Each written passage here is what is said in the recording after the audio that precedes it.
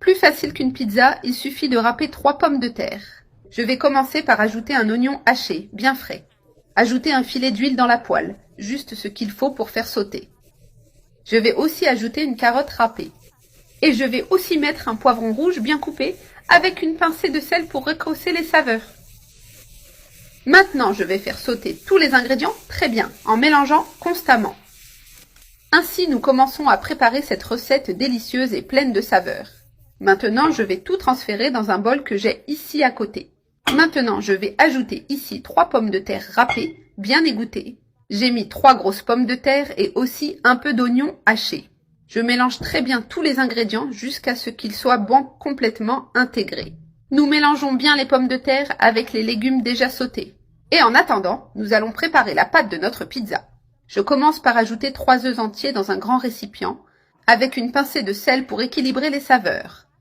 Et maintenant, je bats bien les œufs avec une fourchette ou un fouet. Pour former la base de cette pâte, super facile à préparer, j'ajoute 3 tasses de lait à température ambiante et tout de suite, j'ajoute 200 g de farine de blé. J'incorpore petit à petit en mélangeant bien pour éviter les grumeaux. Une pâte très simple, pratique et parfaite pour le quotidien. Totalement différente de tout ce que vous avez pu goûter avant. Maintenant, je vais ajouter la levure chimique qui est fondamentale. J'ai utilisé 2 cuillères d'eau au café bien pleines de levure chimique. Je mélange à nouveau pour bien intégrer la levure dans la pâte. Maintenant, je prends les légumes que nous avons sautés plus tôt et je les ajoute dans cette pâte pour tout mélanger.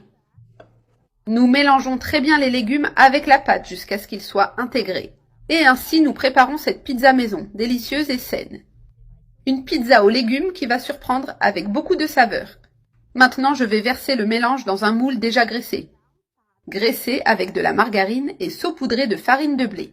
Je verse tout et je répartis bien pour que ce soit uniforme. Je répartis les légumes pour qu'ils soient bien répartis. Maintenant, je mets au four préchauffé à 200 degrés pendant 40 minutes. Peu avant de sortir du four, nous allons terminer avec le fromage. Maintenant, j'ajoute du fromage râpé par-dessus, de manière généreuse. Je couvre toute la surface de la pizza avec ce fromage délicieux. Il va fondre et rendre la pizza encore meilleure.